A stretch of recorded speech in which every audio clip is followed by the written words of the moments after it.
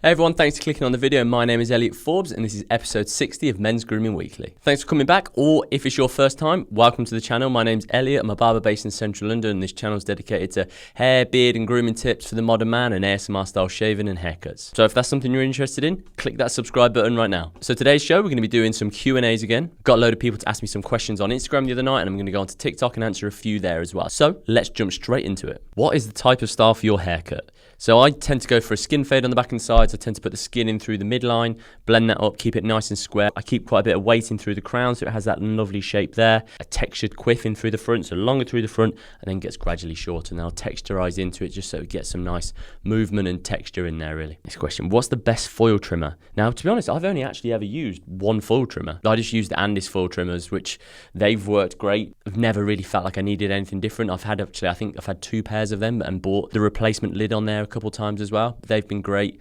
There are a load more tools and loads more foils and trimmers and clippers out there now, and there's a lot more that I want to get to know, because actually I've only really used like the wall clippers, the Babyliss clippers, and then these, and then the Andis foils, because I feel like there's been so much released in the last few years, so it's definitely something I want to get more clued up on for sure. How to do the lines of a patchy beard. Now, patchy beards are really tricky ones. I personally would always still try and keep the lines in exactly the same position if I was doing, say, a fuller beard. So we'd have it on the line where it comes straight back from the length that you have, then builds up into the nice corners through here, straight down in through here, and then generally the line which you want on the cheek line is from the top of the ear into the corner of the lip. Now, I would try and always keep those lines exactly the same. Difference is what I would do would be that we trim the beard slightly differently so that we then fade it really tightly down through here, especially if it's patchy and through this area so that it doesn't look dark like dark. We create it so it's a nice smooth transition down. Is the Tommy Shelby trim a good haircut? It's personal preference. I personally wouldn't do that type of haircut on someone unless they were absolutely adamant that that's what they wanted. But even then, I'd still change it slightly and would make it a little bit more maintainable, because it goes against the head shape. You look at it, it just exposes all the crown, and it just from the side and the profile, it just looks, for me, ridiculous. But also, it's been a massively requested haircut and an incredibly popular haircut over the last few years. So that would suggest that it is a decent haircut. So really, it's personal preference.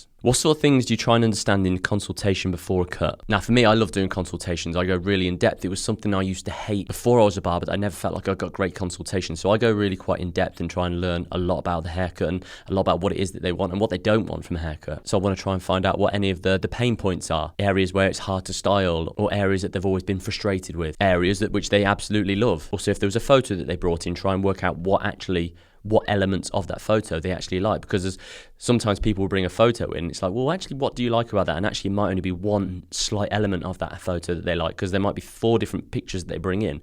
All of them are very different, but there might be only one small element of them. So it's trying to have a real understanding and go depth. It's not just short through the top, a little bit off the sides. And if somebody says, like, I want a centimetre off the top, well, it's like, well, if I didn't cut the hair last time, what does a centimetre, is it a centimetre off the front? Is it a centimetre off the back? Is it a centimetre off in the middle? Is it to the sides? Because all the shape which I would create might be completely different to the shape which was created last time. So it's trying to have a real understanding and work out what it is that they want. Do they prefer it so it looks freshly cut? Do they prefer it so that it looks like it hasn't been cut at all? And also, you want to find out like whether you want it to stay put during the day, or if you want it to have some movement, how soon they want to come back. So say if I was doing a skin fade on someone that comes back every 3 months, I'm going to focus way more on the silhouette and the actual shape of it than say someone who wants to come back and get skin fade every single week. In which case, if they want to come back every single week, then I'm going to focus absolutely on the fade and probably less so on the silhouette. Obviously, the silhouette needs to be there, but they want the freshness of the fade. I like having a real in-depth conversation and really sort of trying to get to know the person and actually trying to find out what they do, how much effort they want to put into styling the hair, whether they want it to look like it's been styled or whether actually it just kind of looks good fresh out of the shower. Yeah, so it's something I put a real emphasis on. How often can I shave? I like to be clean shaven each day, but it irritates and cuts my skin. Well, that would suggest then that you're shaving too much. If it feels like it's constantly irritated and it feels like there's constantly cuts on the skin, then I would say try and leave it out a little bit longer. What you could do, say if you need to be clean shaven all of the time, then what you could do is that you say you have one razor shave on a say a Sunday, but then every 2 days you then use an electric trimmer and then a foil razor, so it's not quite as aggressive on the skin, a little bit more sensitive, a little bit more delicate, and then use the ritual of like doing a proper shave with the warm water and the lather. Do that say once a week. Sounds like what you're doing is too much, so just rein it back and try and work out where the right phase for you is. Say if I was to shave every single day, my skin would be in pain and I'd be flaring up all the time. So I tend to shave once a week and then just let it grow out and then shave it again. Is it okay if we apply shampoo on our hair every single day? Well, I use shampoo every single day, to be honest. I work out every single day. I go to the gym. I put product in every single day, in which case I need to wash it out. And also, my hair is dead straight. So as soon as I sleep on it, I end up with these massive dents on the side there, and it just looks ridiculous. So yeah, I have to wash my hair every day, and it works fine. If you are going to wash your hair every day, make sure you use real high quality shampoo and conditioner, something that's not overly stripping. And that way, that's the best way to keep it hydrated. How do you know the best hairstyles that suits me? So you get a lot of people and a lot of content creators out there sort of saying, oh, if you've got a round face, you should have this, or if you've got a square face, you should have this type of haircut. Now that is, they do give like a good basis, but it doesn't take into account all of the different things of an actual person and their hair texture and their growth patterns. So what I would say, as opposed to sort of say asking me or another person online, try and find a real good hairdresser, good barber in your area that really does a thorough consultation and will actually talk through it, because when they see you in the actual chair, they can actually feel your hair, they can have a proper consultation, and they'll be able to give you a very good idea of what they think would work well for you. And it's very hard for someone like myself to be able to give advice without actually seeing the hair. Even if you see photos, it's still very hard to give the advice. So seek someone out in your area and they'll be able to help you out a lot. What's the best way to style a cow's lick in the front of your hair? So this is something I've struggled with over the years as well. I've got a cow's lick right here and I get so frustrated with it. Obviously I have a quiff, so this is longer at the front than it is at the back. So for me, when I'm styling my hair, I have to use a hairdryer. Otherwise this would just come down and kinks around. If it's a warm day, if there's any moisture in the air, that will just then come down and curl down. So it's using the heat from the hairdryer and then using the cold to seal it in place is the best way for me to be able to try and manage it. Even now you can still see it's got that curl with it, but it's definitely managed. So I'd use the brush that hooks in and try and smooth it out. So I'm hooking it up and over and then using the heat to follow it, and that's then how I can smooth it out. Otherwise you can cut it off really short, which is what I did in February. I actually took the front area of my hair super short. This all through here was probably similar length to what it is now, but as opposed to it being longer than shorter, it stayed this length and then got gradually shorter to the front. So actually I get married in 4 weeks time. So actually I think that's what I'm going to do after the wedding. I fancy giving it a bit of a change up. It's then way easier to style. I still would blow dry my hair because it just means I get it dry quicker, but I don't have to then blow dry it to style it really. So it's not really an option that a lot of people say, but I think it works great. How can I hydrate my hair? I think it's so dry. Talked about this before. Leave-in conditioner, using a hair mask once a week, not using an overly stripping shampoo, and maybe try and use a little bit more of a nourishing hair product to style it. So you don't want to do too much. And in where you live, the water might make a difference. In London, the water's really harsh. So a lot of people in London find their hair is really dry just because of the water that they use. So maybe actually use some bottled water, which then might be slightly better on your hair. I know that might become a bit expensive, but that is, if it is super dry, that also might be an option for yourself. What is the fundamental difference between a clay and a pomade?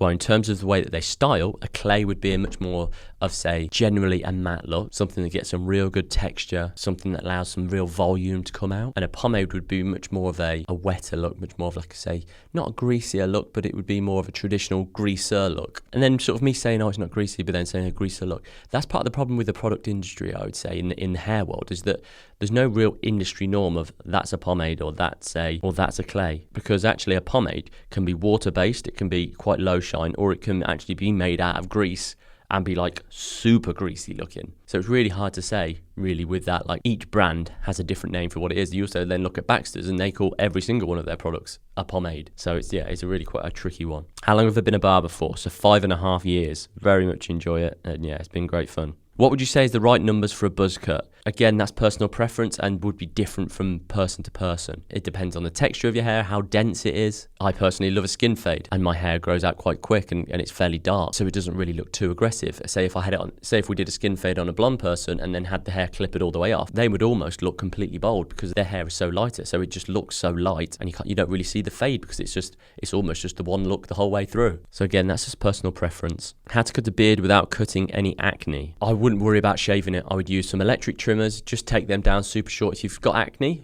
I would imagine you're going to be on the younger side, in which case the hair's not going to grow super quick. So just use the electric trimmers, take them down quite short, and then just keep on top of it like that way. It's not going to aggravate the skin, and it's not going to aggravate the acne. I'd say that's the best way to go forward. Pros and cons of hair transplants. Well, the pros are that you get way more confidence. You've actually got some hair again. You can style it. You feel like you've got your life back again. Because I know talking to a lot of guys, it really does affect the confidence and affect who they feel like they are if they've lost their hair. So that's a massive pro of it for sure. Cons of it are that it doesn't quite take. Cons are that sometimes it can not look natural. Sometimes you also get them where they haven't placed them in at the right angle and it almost sprouts out at completely the wrong angle. The hairline can look forced and not really natural, and then it becomes super obvious that person's had a hair transplant. If you've lost a lot of hair through the top and you're trying to get a lot of it back there, what they have to do is they have to take it all from the back area, and if there has been a lot of hair that's come from the donor area, that donor area can look then incredibly thin and incredibly patchy. There's a couple of people whose hair I cut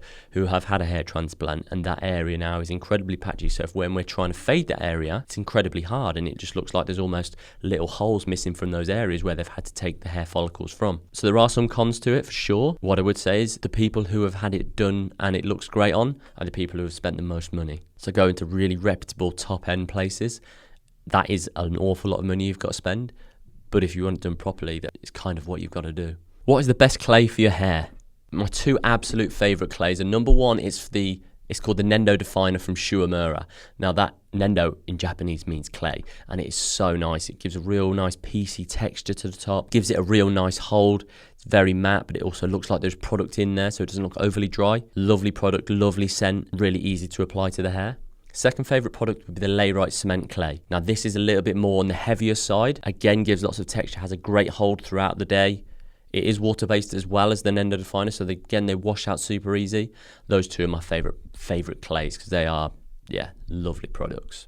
Where do you get your Allen Block? I get it from Mueller. So those ones from Mueller are actually lovely. They're all exactly the same. Any brand, it's exactly the same material and the same thing. I love the one from Mueller because it's got a little hook on it, and it's got a rounded edge. It's got a nice bevel edge to it. So they're just really light and easy to work across the skin. It's lovely. Has anyone ran and not paid or said they didn't like it? You know what? I've been very lucky actually. Yeah, no one has ever ran away or told me that they didn't enjoy the haircut. I'm sure there's been plenty of people that haven't enjoyed their haircut because, well, you can't please everyone, of course. But I haven't actually ever had to deal with anyone sort of complaining about the haircut. So fingers crossed that doesn't happen in future as well. How do I stop getting greasy hair so quick? Maybe use a different type of product. Maybe the product that you're using is enforcing it to make it look greasier. Maybe you're using too much conditioner and you're maybe not washing the conditioner out enough of the hair and leaving it in. That leaves then more of a greasier and heavy residue. Another option could be then to use some dry shampoo. Or from Johnny's actually, they have the instant texture. It's like a builder's dust, and that's like a dry shampoo. You just put that into the hair, a couple of sprays of it, and it dries up, gets rid of any of the grease, gives it a little bit of texture, a little bit of hold. That then gives you a little bit of time before you need to wash it for it to still make it look good. So that could be an option with it. When I was young and stupid, I shaved my widow's peak. What are some hairstyles I could rock until it grows back out that can hide it? Right, so for anyone that doesn't know, so you can see at the front of here, I have a slight widow's peak. It's very minimal, but it's where this area comes down in through here. What some people have done recently is start shaving that little bit off. So actually this area looks straighter. And it's not something I ever advise. I've got a few people that who have done it before. Well, there's one guy who I've been cutting the whole time I've been down in London. Before I met him, he'd actually shaved that area off. And I see him every 2 weeks, and I've seen him every 2 weeks for the last 5 years or so. And every 2 days, he has to keep picking it off because it's a nightmare. He has a quiff similar haircut than what I do, so it's not like it's, say, to just grow it back out. All of a sudden, you just have this tuft, so it just looks ridiculous. So what I would say is to either go, if you've got long hair, start wearing it forward, and if you didn't want to cut all the top off, start wearing it forward, a little bit more of like a looser texture through the front, so maybe a bit more curtain style. Or what I think would work the best is actually cutting the front really short, so maybe even going to like a real crop, taking it maybe textured or even blunting through that front area. Then the length just behind to what you've shaved off is actually pretty small distance already, discrepancy. So the time for them to match up is going to be very short. That's what I think would be the best way to grow it out, and having it come in more forward, textured in through that top area, and then a real nice solid or textured fringe. And I think that would work amazingly. Do you think synthetic brushes are good or bad, and what brush do you recommend I can buy online? Well, actually, I only use synthetic brushes. I'm vegetarian. I don't like the idea of eating meat or sort of stealing hairs from animals. So all of the shaving brushes which I use, they're always synthetic. The silver tip fibre from Mueller is lovely. It's not quite as good as, say, the silver tip, which you like the normal one, which would be a badger brush. It's not quite as soft as that, but I don't even look at the actual badger brush. I don't even consider that an option. So when you think of just the silver tip fibre, it's a lovely brush. Also, because it's synthetic, you haven't got to take so much care of it. You can beat it up a little bit and it will still be in good condition. And yeah, with that brush, you can then change the handle within the Mueller. I think there's lots of different options. So the silver tip fibre brush, and then you can change the handles with it. And yeah, all from Mueller, and a great option. Does shaving actually make your beard grow faster? No, that's actually a myth. When the hair grows out, say if you've waxed it, it comes out with a tapered edge, so it always feels really soft. If you were to shave the hair off though, you're cutting it at a point, so it's almost like a square. So it obviously feels a lot thicker because it hasn't got that soft tapered edge to it. Shaving can't change your genetics. It might change over time just because you get older and you get more mature, but shaving won't do that. Are there any barbers you'd recommend in Edinburgh? So the first barbershop I used to work at in London is a shop called Ruffians. They also have a shop in Edinburgh as well, and they've got some great barbers there, so definitely go and check them out for sure. Real good. How would you describe the Andrea Pirlo haircut to your barber? I wouldn't bother about trying to describe it. I would get photos. I'd get 4 or 5 different photos, work out which element of those haircuts that I really like and say, oh, from this haircut, I like that bit. I like that bit from that one. I really like the way this goes in through here and I love the texture in that sort of area of it. I would take those. That makes it completely clear and you then haven't got to try and describe it because that person can see it, you can see it, and the reference points are all there. And the last one, do you have a podcast? Love the content, by the way. So this is kind of, I guess, with what we're doing now, this is kind of podcasty-esque, isn't it? Where I'm just answering questions and we're sort of talking through it. It's something I've been really thinking about and trying to then change the content up. I want to do Men's Grooming Weekly and I want to go back to doing more of the hair product reviews, doing the hair icons and then answering a question. So it's sort of like those 3 segments and doing it that way because I like the idea of that. But I also want to do more of this stuff where we're answering questions and having it more of a conversation. So it's a bit more of a longer format thing where then say if somebody's got a new haircut, then we just start talking about that and discussing that. But the thing that I really want is then to have someone alongside me. So there's 2 of us doing this because I feel like it's quite hard to bring the energy and to really sort of feel like you're having a conversation when it's just me. I like talking to someone else. So I guess what I'm trying to find out is someone that wants to come and join me and we can do this together. So if any of you are watching and you would like to get involved with this, or if you're a barber, or if you're a hairdresser, drop a comment down below, drop me a DM on Instagram and let's get something sorted out. Or if there's anyone you think, any other, say, people online that you think might work well with me and it might be quite cool to see us do stuff together, mention their name down below as well and let's try and get something set up with some people. Also, I think I'm going to start doing some interviews as well with some different people, not necessarily barbers or hairdressers, but they may be talking about just things in general as well. So yeah, a few different ideas coming up actually. There's always sort of stuff going on in my mind. So, or if there's also any ideas that you'd like to see, then yeah, feel free to drop them down below as well. If you've enjoyed this video, give it a little thumbs up. That'd be much appreciated. Have a brilliant rest of your day, guys. Much love, Elliot.